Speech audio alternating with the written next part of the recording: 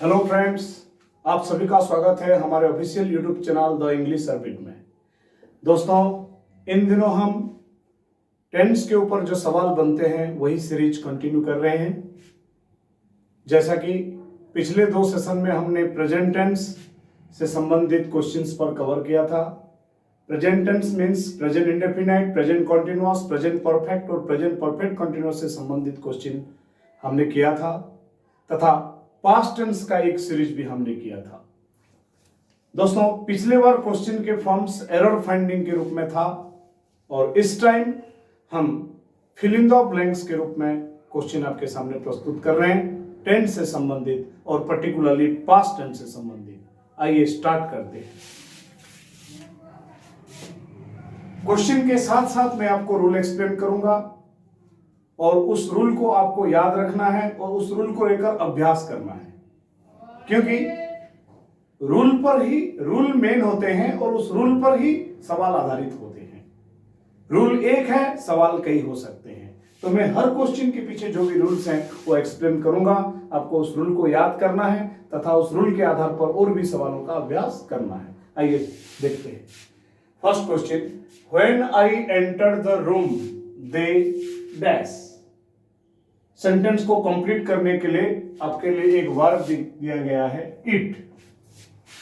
दोस्तों, सेंटेंस को पहले देखना है। When I enter the room, जब मैंने रूम में प्रवेश किया, वे डैश क्या कर रहे थे। मैंने आपको पिछले बार रूल बताया था, शॉर्ट एक्शन और लॉन्ग एक्शन। दोस्तों, शॉर्ट एक्शन के लिए इनडेफिनाइट टेंस मीन्स पास्ट और लॉन्ग एक्शन के लिए पास्ट कंटिन्यूअस टेंस। इसके पीछे ये रूल है दोस्तों, शॉर्ट एक्शन और लॉन्ग एक्शन। शॉर्ट एक्शन के लिए पास्ट इंडेफिनाइट यूज होता है और लॉन्ग एक्शन के लिए पास्ट कंटिन्यूअस टेंस। तो देखते हैं, इस सेंटेंस में 2 भाग है, तो कौन से भाग में शॉर्ट एक्शन है और कौन से भाग में लॉन्ग एक्शन है, ये देखना है। When I enter the room, enter करना ये शॉर्ट एक्शन है दोस्तों, इसलिए पास्ट इंडेफिनाइट में है।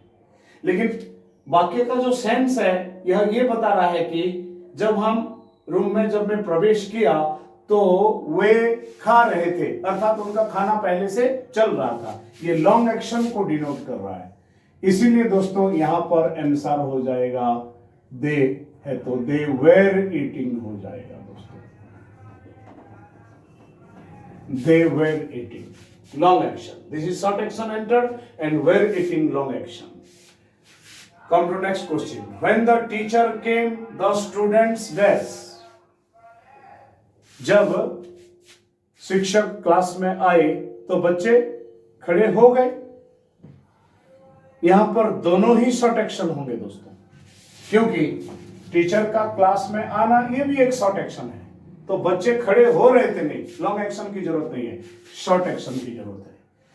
इसके पीछे और एक मैंने आपको रूल बताया था दोस्तों, अगर हम when, as soon as, no sooner than आदि कंजंक्शन से 2 सेंटेंस को जोड़ते हैं पास्ट टेंस में, अगर दोनों वाक्यों में संबंध होता है, दोनों घटनाओं में संबंध होता है, एक के वजह से ही दूसरा हुआ, तो दोनों तरफ पास्ट इंडेफिनाइट करते हैं।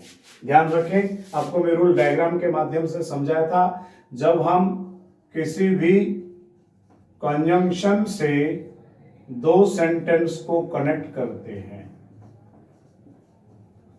सेंटेंस 1 सेंटेंस 2 को कनेक्ट करते हैं, अगर दोनों में कनेक्शन होता है, संबंध होता है, एक के वजह से ही दूसरा हुआ, तो दोनों तरफ पास्ट इंडेफिनाइट रखते हैं। ये आपको मैंने समझाया था, दोनों तरफ पास्ट इंडेफिनाइट रखते हैं। तो इस सेंटेंस के पीछे ये भी एक रूल है दोस्तों, व्हेन द टीचर केम, जब टीचर आए, उनके आने की वजह से बच्चे खड़े हो गए। शॉर्ट एक्शन भी है और ये भी रूल यहां पर लागू हो रहा है। इस आधार पर यहां हमें पास्ट इंडेफिनाइट टेंस यूज करना पड़ेगा, अर्थात स्टूड अप, स्टैंड का स्टूड कर देना है दोस्तों। Next third question, when I called him while he dash television. Blank को फिल करने के लिए ऑप्शन दिया गया है वॉच। तो आप देख सकते हैं, मैं उसको बुलाया, तो बुलाना शॉर्ट एक्शन है दोस्तों। Short action long action concept अभी आपको समझाया। बुलाना ये शॉर्ट एक्शन है, और जब वो टेलीविजन देख रहा था, मतलब मैं बुलाया तो उस वक्त तो टेलीविजन देख रहा था, लॉन्ग एक्शन की जरूरत है, वाज वाचिंग होगा। तो ये कॉन्सेप्ट आपका क्लियर हो गया। पिछले क्लास में भी बताया था, short action past indefinite tense, long action past continuous tense, means जो पहले से चल रहा हो। और दूसरा और एक चीज है यहां पर दोस्तों, व्हाइल जब भी इस तरह से दो सेंटेंस को जोड़ने के लिए यूज होगा दोस्तों, व्हाइल हमेशा लॉन्ग एक्शन वाले पार्ट में यूज होता है, ध्यान रखिए। व्हाइल हमेशा लॉन्ग एक्शन वाले पार्ट में यूज होता है। तो इससे भी आप कंफर्म हो जाएंगे कि व्हाइल जिस भाग में लग रहा है वह पास्ट कंटीन्यूअस टेंस होगा। Come to next question, people were little upset as the situation dash worse day by day. Blank को फिल करने के लिए गेट दिया गया है दोस्तों। डे बाय डे चेंज को डिनोट करता है। आपको प्रेजेंट टेंस में भी बताया था, ग्रेजुअली और डे बाय डे के बारे में। ये जब दोस्तों सेंटेंस में प्रयोग होते हैं, ये चेंज को दर्शाते हैं। दिन प्रतिदिन क्या होता जा रहा था, धीरे धीरे कैसे होते जा रहे थे, ये बताने के लिए ये लगते हैं ग्रेजुअली और डे बाय डे। ये चेंज को डिनोट करते हैं। और चेंज को बताने के लिए दोस्तों कंटीन्यूअस टेंस का यूज होता है। प्रेजेंट में प्रेजेंट कंटीन्यूअस और पास्ट में पास्ट कंटीन्यूअस। तो आप देख सकते हैं, लोग लिटिल ऑफसेट, थोड़ा सा ऑफसेट थे, बिकॉज सिचुएशन धीरे धीरे, परिस्थिति धीरे धीरे और भी वर्स होता जा रहा था। तो यहां पर दोस्तों वाज गेटिंग होगा, the situation was getting worse, because here day by day it denotes change, and to denote change the particular tense that is used is continuous tense. Present indefinite में present continuous और past present tense में present continuous और past tense में past continuous. So was getting होगा दोस्तों. Next, he said that he dash then. Option में है sleep fill करने के लिए सेंटेंस को, ब्लैंक को। तो देखिए, उसने कहा, said। सबसे पहले तो हमें ये ध्यान रखना है, जब भी हम दैट से दो सेंटेंस को कनेक्ट करते हैं, अगर दैट से पहले वाला सेंटेंस पास्ट है तो दैट के बाद वाला सेंटेंस भी पास्ट होगा। बेसिकली ये प्राय कंजंक्शन के साथ ही लागू होते हैं, लेकिन डायरेक्ट इनडायरेक्ट स्पीच का नियम है, आप पढ़ते हैं, जब हम डायरेक्ट स्पीच को इनडायरेक्ट स्पीच में चेंज करते हैं तो हम देखते हैं कि कंजंक्शन से पहले वाला सेंटेंस अगर पास्ट है तो बाद वाला भी पास्ट होगा। जैसे कि दैट कंजंक्शन है, इससे पहले वाली वर्ब अगर पास्ट है तो इसके बाद वाली जो वर्ब है, टेंस है, ये भी पास्ट हो जाएंगे। तो प्रेजेंट तो हो ही नहीं सकता, क्लियर हो गए हम, क्योंकि इधर से है। तो सेंटेंस को देखते हैं, उसने कहा कि वह तभी तभी तब, एक पर्टिकुलर टाइम की बात हो रहा है, तब सो रहा था। यहां भी लॉन्ग एक्शन की बात हो रही है दोस्तों, यहां भी वाज स्लीपिंग होगा, was sleeping. Next, when Gandhi ji passed away, जब गांधी जी का देहांत हुआ, इंडिया डैश फ्रीडम। ब्लैंक को फिल करने के लिए गेट दिया गया है दोस्तों। इसके पीछे रूल है पास्ट ऑफ द पास्ट।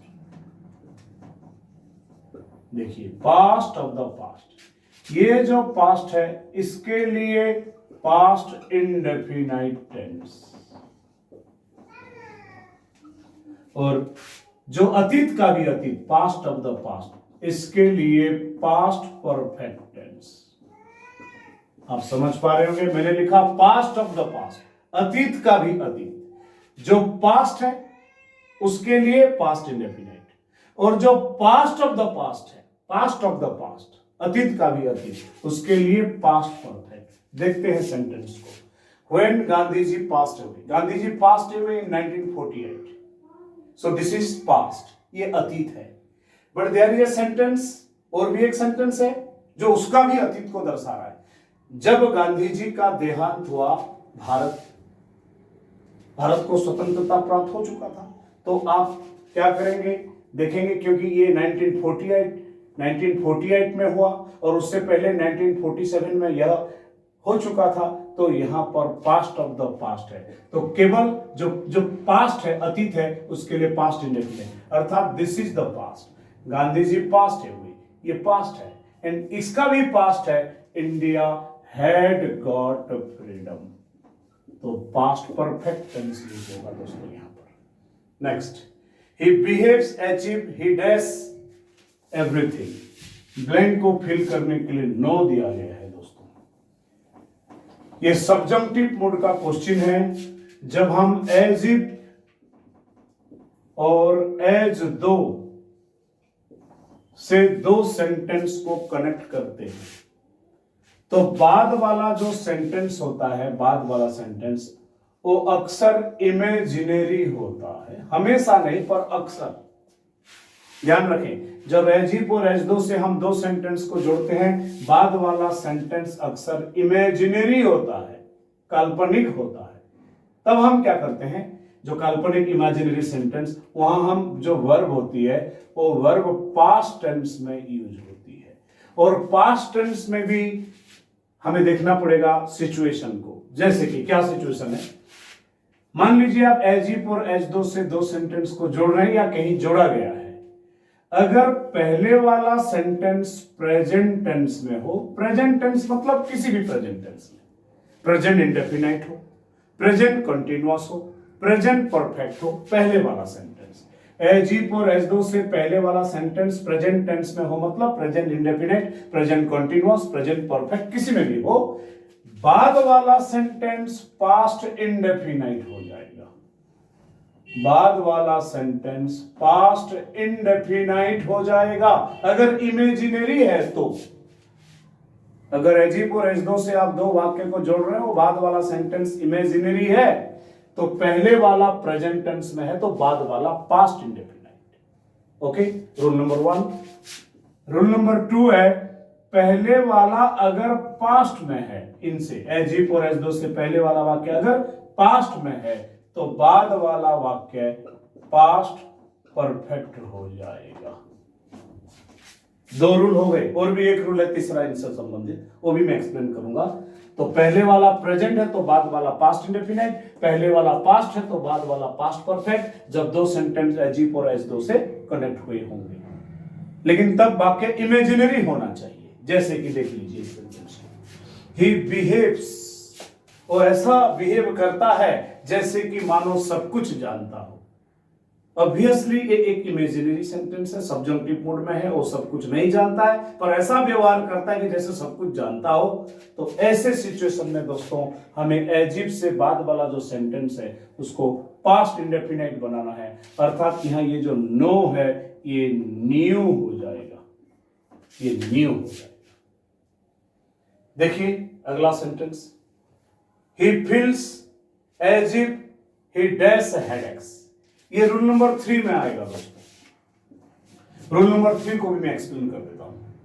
क्या है, एज इफ से संबंधित जो 3 नंबर रूल है, जब आप एज इफ और एज दो से दो सेंटेंस को जोड़ते हैं, और ये रियल सेंटेंस है दोस्तों, रियल है, इमेजिनरी नहीं है।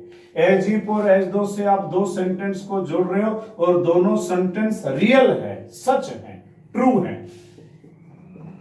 तब पहले वाला टेंस जिसमें होगा बाद वाला भी उसी में। प्रेजेंट है तो प्रेजेंट, और पास्ट है तो पास्ट। देखिए this rule is contradictory to this rule. इनमें क्या हो रहा था, पहले वाला चाहे प्रेजेंट में क्यों ना हो, बाद वाला पास्ट इंडेफिनाइट हो रहा था इमेजिनरी टाइप के सेंटेंस में। लेकिन अगर वाक्य रियल है तो एज इफ और एज दो से पहले वाला प्रेजेंट है तो बाद वाला भी प्रेजेंट, पहले वाला पास्ट है तो बाद वाला भी पास्ट, जैसे कि आप लिख लीजिए ही फील्स, उसको ऐसा फील हो रहा है जैसे मानो कि सरदर्द हो। इसका मतलब है सरदर्द है, उसको सरदर्द है तभी फील हो रहा है। तो यहां दोस्तों आपको पास्ट टेंस नहीं करना है, इसको प्रेजेंट ही रखना है। He has headaches. Next question, he was talking as if he dash radio.